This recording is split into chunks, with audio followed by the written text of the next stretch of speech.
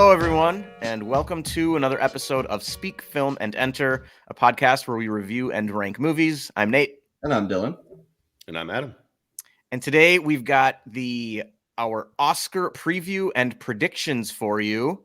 Mm-hmm. Going to go through the whole show, all the awards, all the nominees, and we'll also make our picks for who we think will win each award once we go through it. Mm-hmm. And to add some fun to this exercise, we've decided, we've teased this a little bit on some of our recent episodes. Mm-hmm. We've been going through our movie club segment this year. We didn't do one this week to release this episode, but whoever wins the predictions is going to get to pick either the next week's or the week after. But I think we'll have time for the next week. But if it feels tight, one of the next two movie club selections. So we have not decided on those picks yet.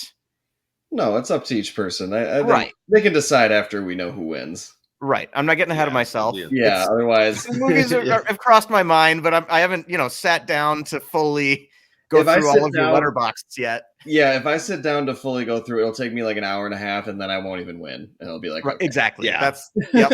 a lot of work for no payoff. So yeah. So, the Oscars have been declining in viewership the last few years. I mean, they were going down slightly, but even still in 2019, I think they had a good number of people watching. The pandemic kind of killed the Oscars and the movie industry to some extent. And they've been trying to recover ever since.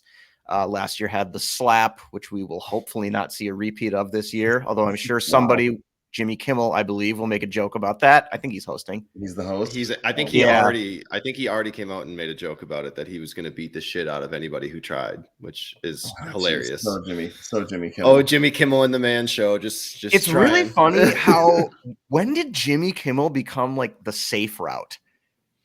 Yeah, I don't know. You know what I mean? Good question. It's quite the transformation from Man Show Jimmy Kimmel to like pretty good late night host, I think. Yeah. Right. So I'm looking forward to this because hopefully they've kind of gotten this whole appeal to like teenage boys thing out of their system that we had last year, where they spent like half the time making fun of the movies that were nominated and doing like weird tributes to like Zack Snyder movies that nobody it was weird. I don't even. I had completely forgotten all about that. Yeah. Also, they will be performing "Natu Natu," the song from RRR, at this year's Oscars, which I am extremely excited for. So I'm looking forward to it. Kind of hoping they get back on track, and this is a better show than last year's. I think you guys got anything? All I was going to say is I think they will bounce back because I think they have a couple films that are coming in that have legit fan bases. And I feel like it's been a few years since people like really like cared about like who won Best Picture. Like in this with this Oscars, you have the sea of people who saw Top Gun Maverick and believe that it absolutely should win and were completely blown away.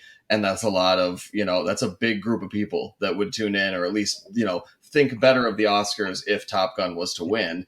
And then on the other side, you also have Everything Everywhere All at Once, which has captured the hearts of the youth as well as like cinephiles, critics alike. Like it's pretty much beloved. So that has a following too. So I think that clash, and then you got Banshees of Inisherin in there. Like, hey, normally I would be the favorite, but I don't know what's going on now with I think it's interesting. And I think you have at least some storylines coming in. Whereas for sure. in past years, like I don't even remember who was nominated. Coda won last year, right? Best picture? It was Power of the Dog was supposed to win.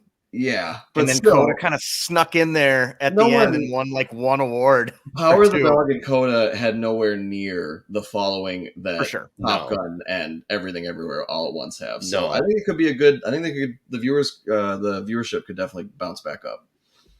Yeah, we'll see. I think it's because my parents tend to watch this. At least my mom does, and I, with movies like RRR and some of the other like foreign movies that have definitely gotten bigger in the last couple of years. Like Parasite 1, those types of things. My parents don't see that type of thing. So that demographic might just kind of go like, where did this come from? What is this? But that's the contingent that you're saying, Dylan, that is going to be very, very big on Top Gun Maverick and some of those bigger franchises and stuff. So hopefully we get a nice balance, and hopefully that inspires some people to actually go out and see like Banshees of Inisherin or Women Talking, or movies like that have a little bit more of an actual like story that's not just like the big bombastic Hollywood stuff. So and you've got Brendan Fraser going for a Best Picture. He's got his own little cult following. Like there's groups of people that are going to be tuning into the Oscars who I feel like haven't really been as interested in a few years. So we'll see. Oh yeah, and the Austin Butler thirst train is real. Yeah, the Elvis hype. Mm-hmm. Yeah, there's a lot of Austin Butler fans going to be tuning in, watching him win that award, perhaps. So we're going to go through these in basically alphabetical order. We will save Best Picture for last, but otherwise, we're just going to go through the Oscar website. And so we're starting with some big ones. Yeah. Let it rip. Actor in a leading role. Nominees: Austin Butler for Elvis, Colin Farrell for The Banshees of Inisherin, Brendan Fraser for The Whale, Paul Mescal for Aftersun, and Bill Nighy for Living. So who you got?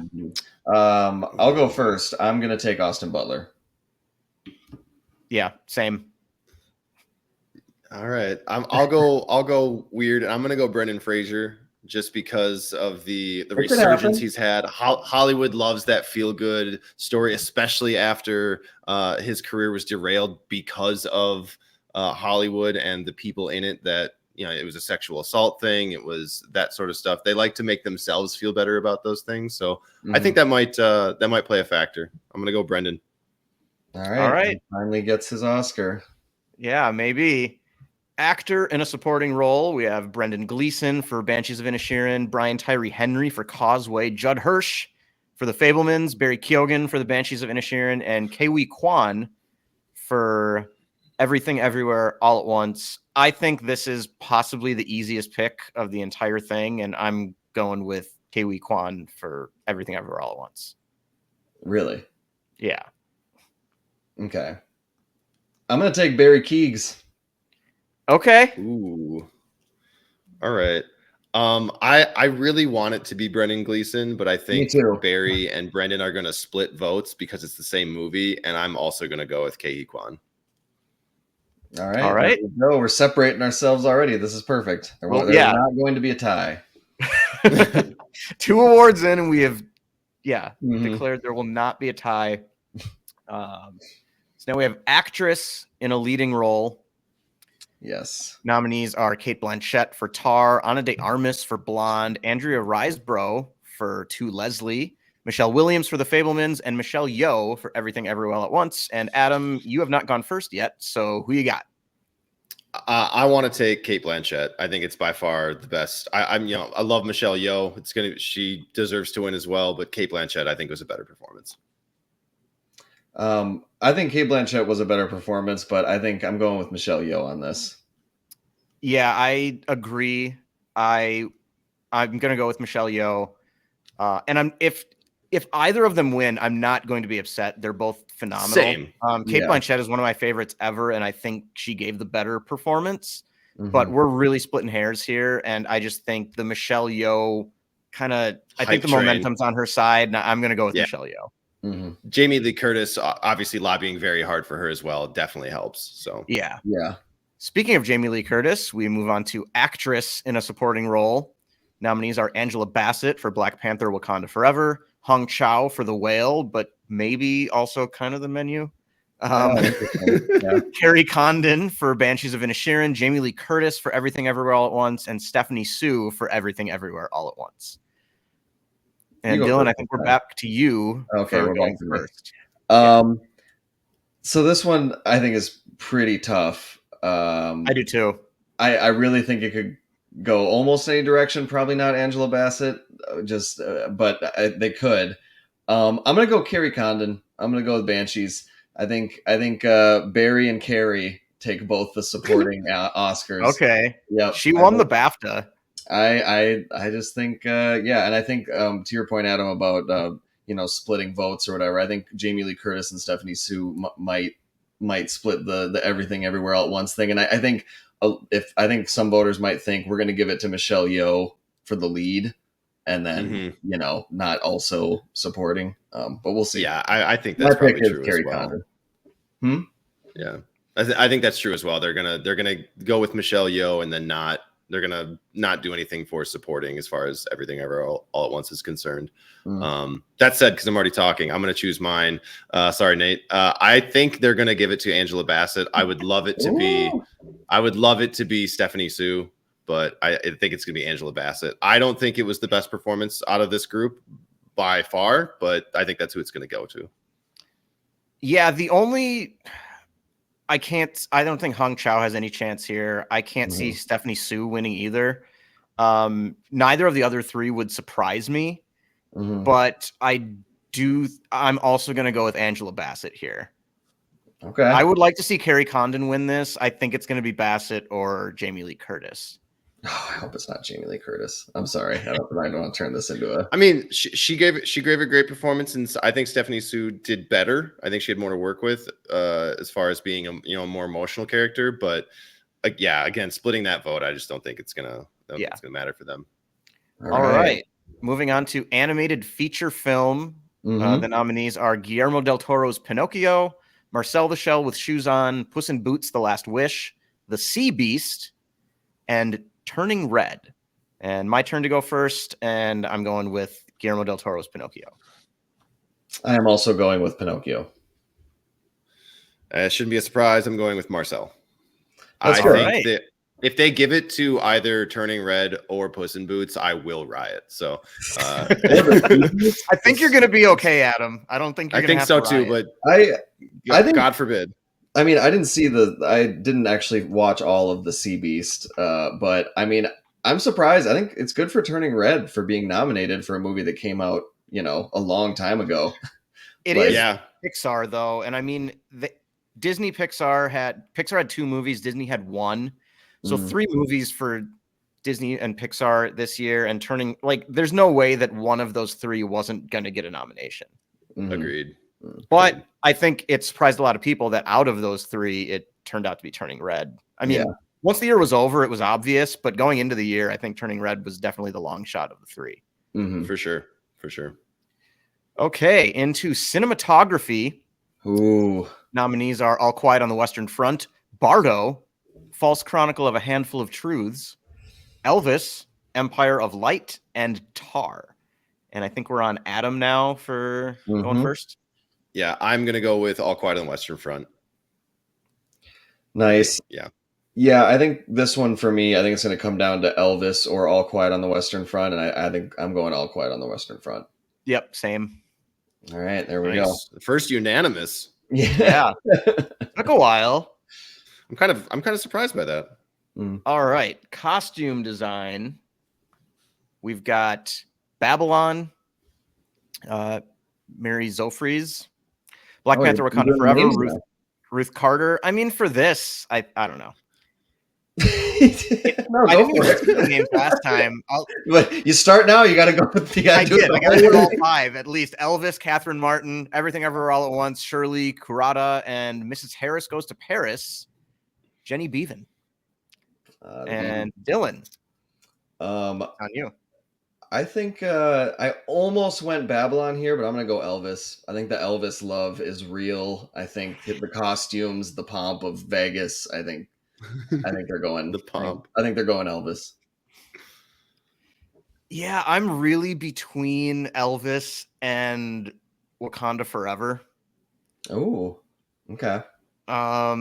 This would be if they wanted to give Wakanda Forever an Oscar. This would be like a kind of safe. Yeah, if it doesn't go to Angela Bassett, it might go here. I can't remember if Black Panther won for costume design or anything like that last time. I can't either. I don't remember. You know what? Marvel usually gets like 1, but this is just a rooting pick. But I'm going with Wakanda Forever here.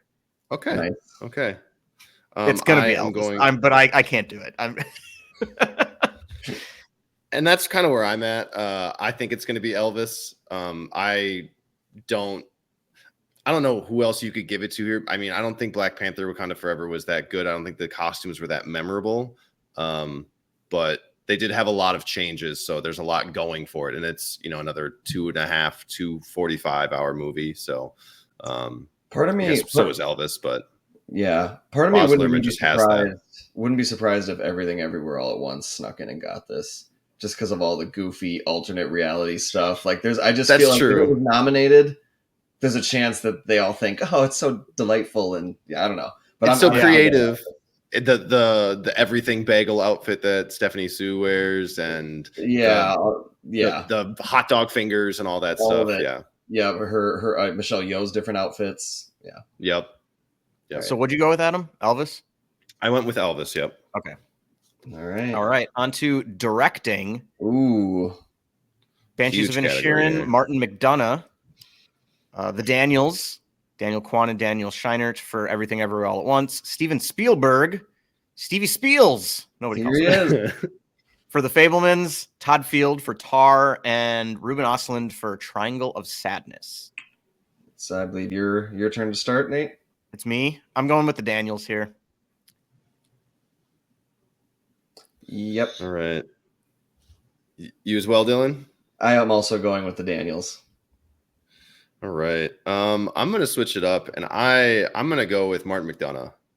Ooh, that'd be a big surprise, but I love it. I do think they'll give it to Steven Spielberg because, of course, they will. But I would like to see Martin McDonagh pull this one out. Yeah, Spielberg's definitely a possibility. Documentary feature film. We have All That Breathes, All the Beauty and the Bloodshed, Fire of Love, A House Made of Splinters, and Navalny. To you, Adam. I think this is me. I haven't seen Navalny, but it's been popping up on every streaming service that it's on. You need to watch this. You need to watch this. I think it might be too, I wouldn't say controversial, but critical of Russia and all that stuff for us to really feel too good about it. I mean, minus Hollywood maybe giving a huge push to pro-Ukraine stuff. I can totally see that. I think despite that, I'm gonna go with it. You're on Navalny? It's Navalny. It's been getting pushed too much. I think that's the biggest thing going for it. Yeah. You think so? I don't know. Yeah. Why would I don't know. It just feels like a bad thing for Hollywood to want to pick a documentary that's like anti-Putin. It's not. It's just I feel like Hollywood sometimes tries not to get into these political fights of who will pay us money later on to see movies and who, what kind of that kind of thing. Like the whole like China market's a huge deal and that's aligned in a certain area, that kind of stuff. That kind of thing. Not that's maybe massive, but something along those lines. I'm going to go with, I thought about Navalny because I heard of it. The only other one I've heard of is Fire of Love, and I'm going to go with Fire of Love. I should say too, for people who are interested, I believe Fire of Love is on Disney Plus right now. It is. Okay. Navalny's on HBO Max, as is All That Breathes, and All the Beauty and the Bloodshed is going to be on HBO Max on the 19th. I don't know why they couldn't have gotten it out there a week earlier. That seems a little ridiculous to me. But I'm going to go with Navalny as well. A little part of me really feels like it's going to be All the Beauty and the Bloodshed. But actually, you know what? Screw it. Let's make this more interesting. I'm going with All the Beauty and the Bloodshed. There we go. There's a two-way split there. Yeah. All right. I like it.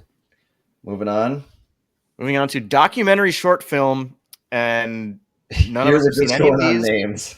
This is The Elephant Whisperers, Howlot. I'm probably pronouncing that incorrectly. How Do You Measure a Year? The Martha Mitchell Effect, and Stranger at the Gate. And is it Dylan's turn? It's my turn to start, and I'm going to go with The Elephant Whisperers. I'm also going to go with The Elephant Whisperers. Oh, wow. Even on one word, it's a complete crapshoot. You're still thinking. I picked that when I read it. That's what I'm going with. So sue me. You wait. Later, when we get to Best Animated Short, just wait. There's some great I'm names. well aware of what the names are. I'm going to go with the most words. It's going to be How Do You Measure a Year? I like that, Adam. Most Good. words. Yep, that's always a good indicator. Tried and true. Mm-hmm. All right, film editing. We've got The Banshees of Inisherin, Elvis, Everything Everywhere All at Once, Tar, and Top Gun Maverick. And this one I feel like could go anywhere. This one I feel like is going to go one. I mean, one ways. I don't see Banshees or Elvis winning editing. You haven't seen Elvis, dude. I just don't care. I know, but I'm telling you, editing is like one of the things that I think if people are into it, it's the whole Baz Luhrmann kind of really stylized thing. I'm going Everything Everywhere All at Once. Paul Rogers here for editing. Yeah, I think this one definitely. I was gonna go Everything Everywhere All at Once. Then I also started to think like, I don't know, man. I think there's some contenders. I think Elvis, and I also think Top Gun Maverick for the site for the flight scenes. Yep.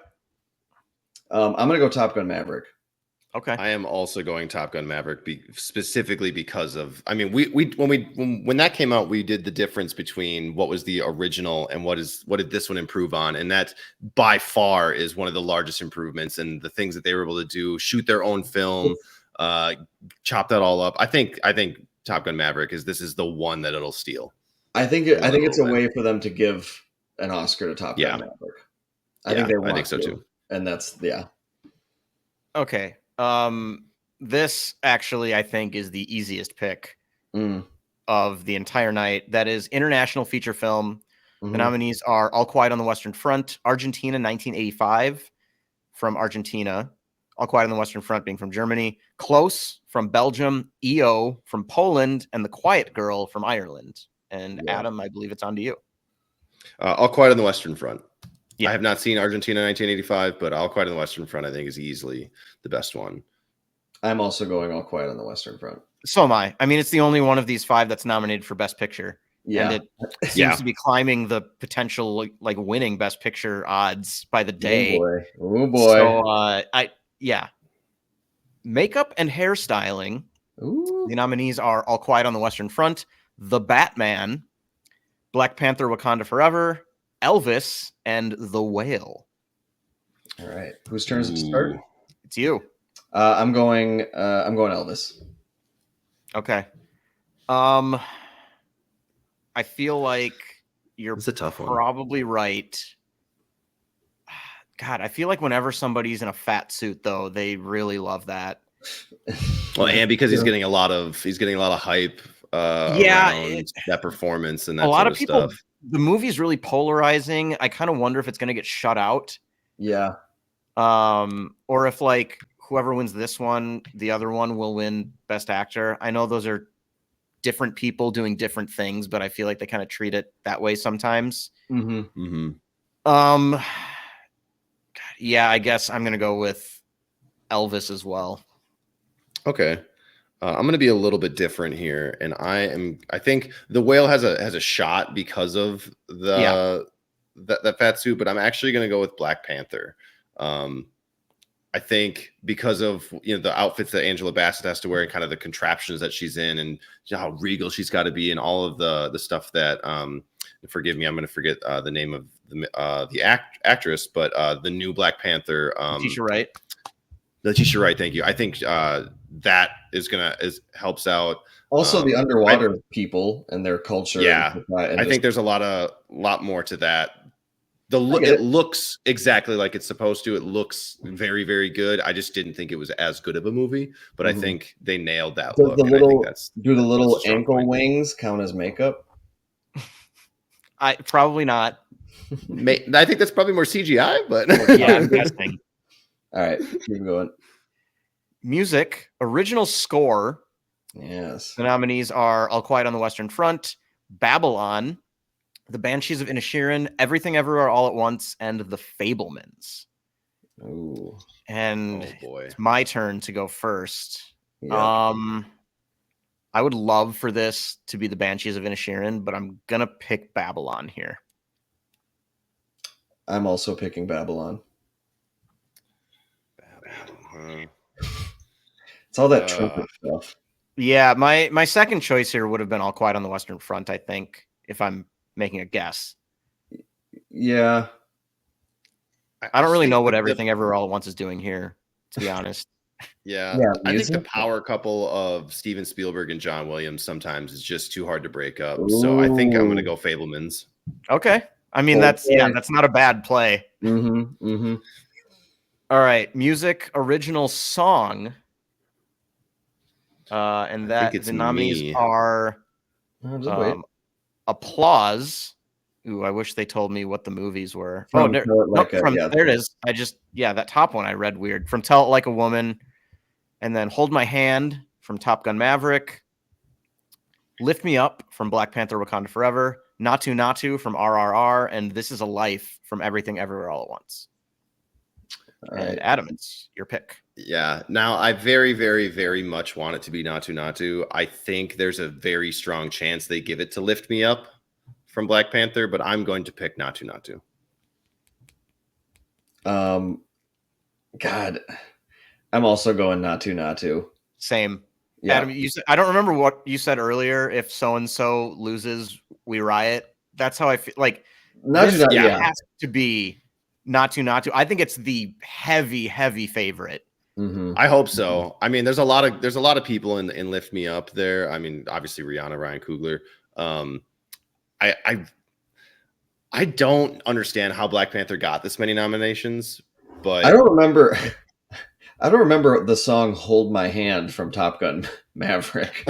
no. Most of these songs, I shouldn't say these five specifically because I might be misremembering where they played in the movie.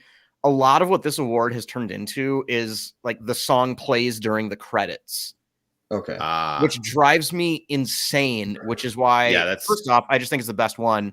And second, Natu Natu is in the movie. Yeah, it makes it a plot important part of the plot, and it's part of the movie. It's not something that you hired like Lady Gaga to sing during the credits that has nothing to do with anything. Yeah. This needs to be Natu Natu. Agreed. All right. Best Picture will be next, but we're going to come back and do that last. Yep. So now we've got production design. Nominees there are All Quiet on the Western Front, Avatar: The Way of Water, Babylon, Elvis, and The Fablemans. And Adam, I think it's on. Or no, it's Dylan. Yeah. I am going All Quiet on the Western Front. I'm gonna go with. God, this one's hard because I feel like Babylon's going to win, but at the same time, I can just see the Oscars just completely like ignoring Babylon because the movie itself is so polarizing. And with all the recreations of like old Hollywood stuff, I mean, Dylan and I did not like that movie, but it's not because of the way it looked. Yeah. So do it, Nate. All Quiet on the Western Front just has that. I'm going Babylon here. There we go. Yeah. All right, Adam. All right. I wasn't 100% sure what production and design like truly meant, so I just Googled it real fast, and the quick Google answer is the production design are the architects of a film's setting. That's the art of creating a film's aesthetic through its set. The overall managers of the department in line with the film's art director. I think this is going to be Avatar, just because of what they were able to do. Now, I could see it. The seamless transition of the actors and the CGI and having to build the sets to make it look the most real, to match the CGI, and to have the like synonymous look throughout the entire world, throughout the entire movie, I think is there, but maybe I'm misrepresenting what that is in comparison to production design. So I was going to say, I was just wondering how much of production design is there actually in Avatar: The Way of Water? I mean, I don't know. I'm just wondering out loud, like so much of it is CGI and green screen stuff. How much stuff do they even have to build? And I really have no idea. It depends on if we're talking about like real building or if like the CGI building counts. Because if it counts, I think that would be under visual effects. Adam, I think we should go Avatar. I think we should have another true three-way split. I think Avatar could definitely win. I mean, they were working on it for what, like 10 years? Like 10 years. They could give Cameron his propers. Yeah. I think because it's not nominated for that many things. For film or for visual effects, it'll probably take it. I'm not 100% sure, but I'm gonna go with it because I'm sure we'll all be wrong and they'll pick something ridiculous. But Elvis. All right, moving on to animated short. One of these has the best title for anything this year. The nominees for animated short film are The Boy, the Mole, the Fox, and the Horse, The Flying Sailor, Ice Merchants, My Year of Dicks, and An Ostrich Told Me the World is Fake, and I Think I Believe It. And is it me first this time? Yeah, it's you.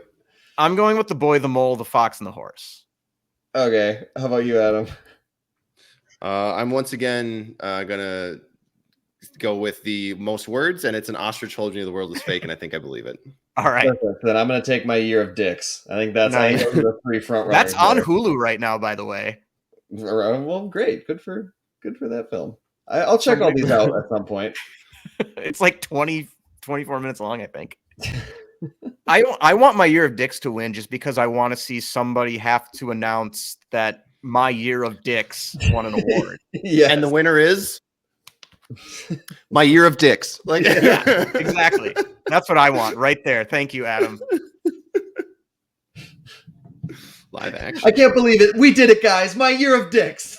I want to thank all film. my dicks. Oh my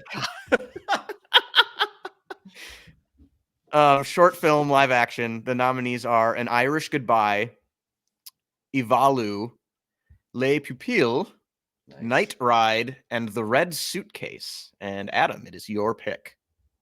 Irish Goodbye. Don't know why, but I've done plenty of those in my life, and I'm sure it'll count. It's the best way to say goodbye. Mm-hmm. It is the best way. My pen is dying. This is unfortunate news. I'm going to go with The Red Suitcase. It just sounds serious and artsy. I am going to go with Les Pupilles. Oh, you would. Because Alfonso Cuarón's name is attached to it. Ooh, clever. So I'm going with that. Okay, yeah, that's fair. Well, Dylan, what'd you pick? I went with The Red Suitcase. The shorts that none of us have seen is where I'm going to separate myself. I think, that's really going to make the difference. One of us is just going to like sweep the shorts and nobody else is going to be able to catch them. Untouchable. Right. Now we have sound. Mm-hmm. And I remember this used to be 2 awards, right? It was like sound mixing and sound editing. I think so, yeah. They're separate, and they just put these into 1 award. The nominees are All Quiet on the Western Front, Avatar: The Way of Water, The Batman, Elvis, and Top Gun: Maverick. And right. My turn to start? I think it's you.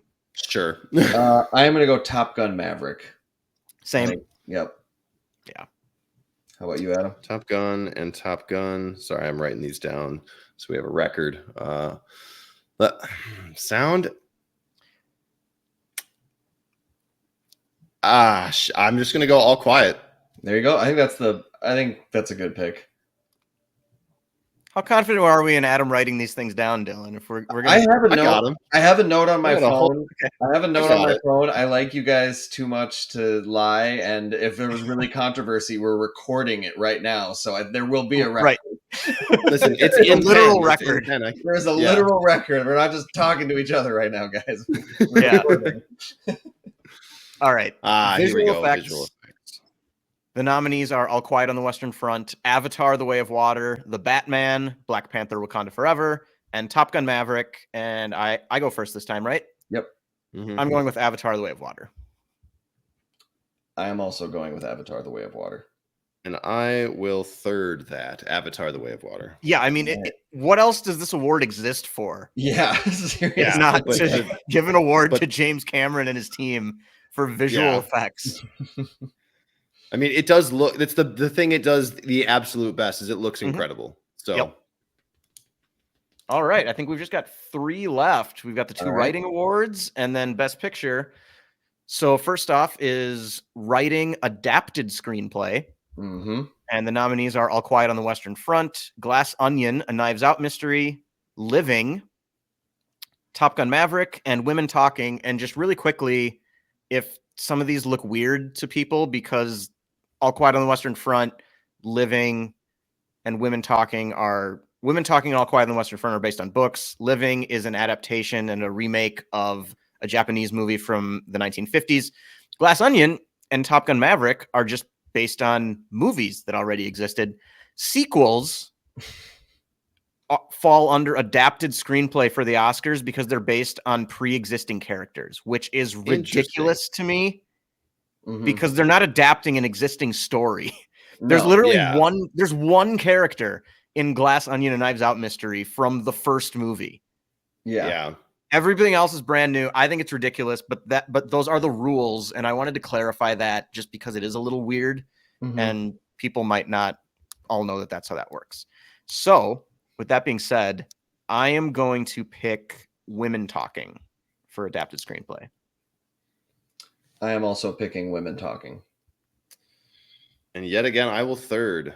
I'm going to pick Women Talking. All right. And now we have writing for an original screenplay.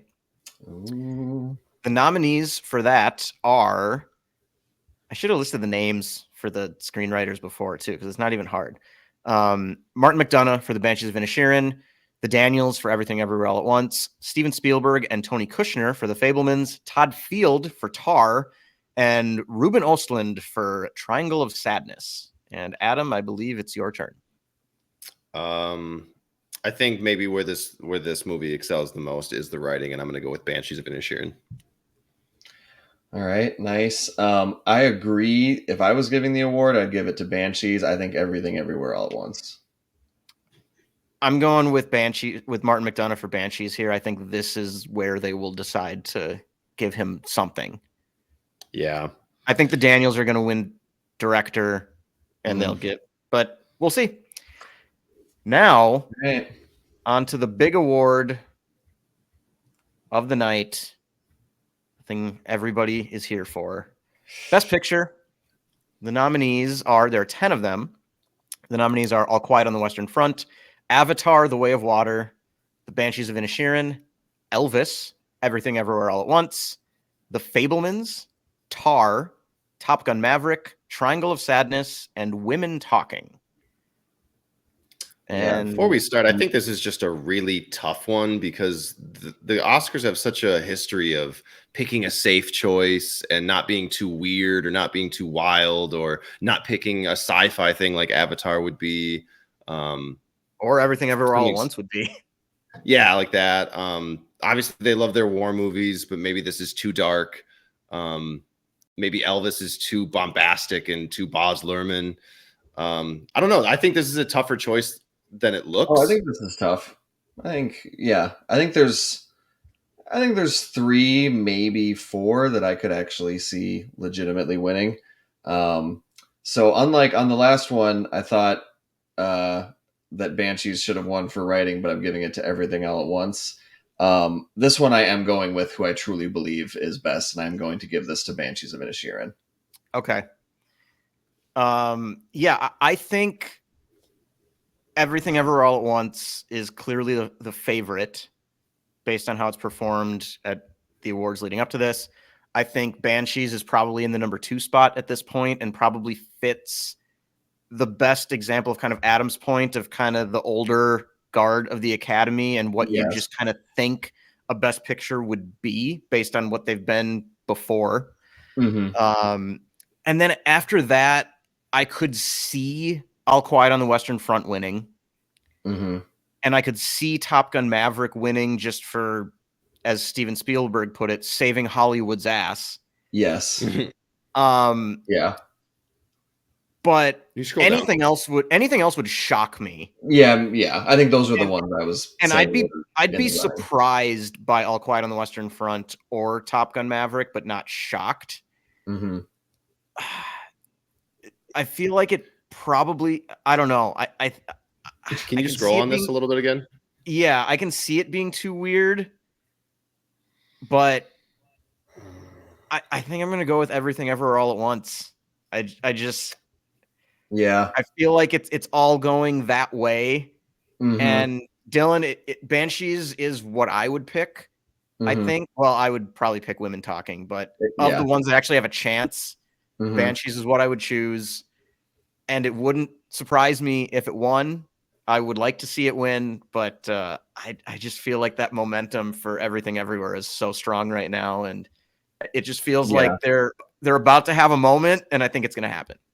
Yeah, I just before we get to you, Adam, like when I was going through my picks, I made them ahead of time, and I kind of leveled it out by giving Everything All at Once awards other places. Like I think they will. I think it's going to definitely come home with some hardware. I think the Academy will find a way to justify it by giving it to Michelle Yeoh, giving it to the Daniels for directing, maybe hitting them with a screenplay, but not the full gambit, not like Lord of the Rings, Return of the King shit, where it's like a sweep of the, I don't think it's too weird for them to commit that hard. I don't disagree with that take. Well, that's what I'm going with. Yeah. It's just not what you think is the most likely to happen. And also I want, there was some picks where I'm like, I want this, but I think this. So for this one, I'm actually going with what I want. I'm rooting for who I think should win. Yeah. If I was 50-50, then I'm just going to go with the one I prefer. Yeah. That's kind of where I'm at, because I'm going to pick Banshees because I think it's the best one on here. Loved Women Talking and loved a lot of these. Now I think I'm going to get disappointed. Did you watch Women Talking?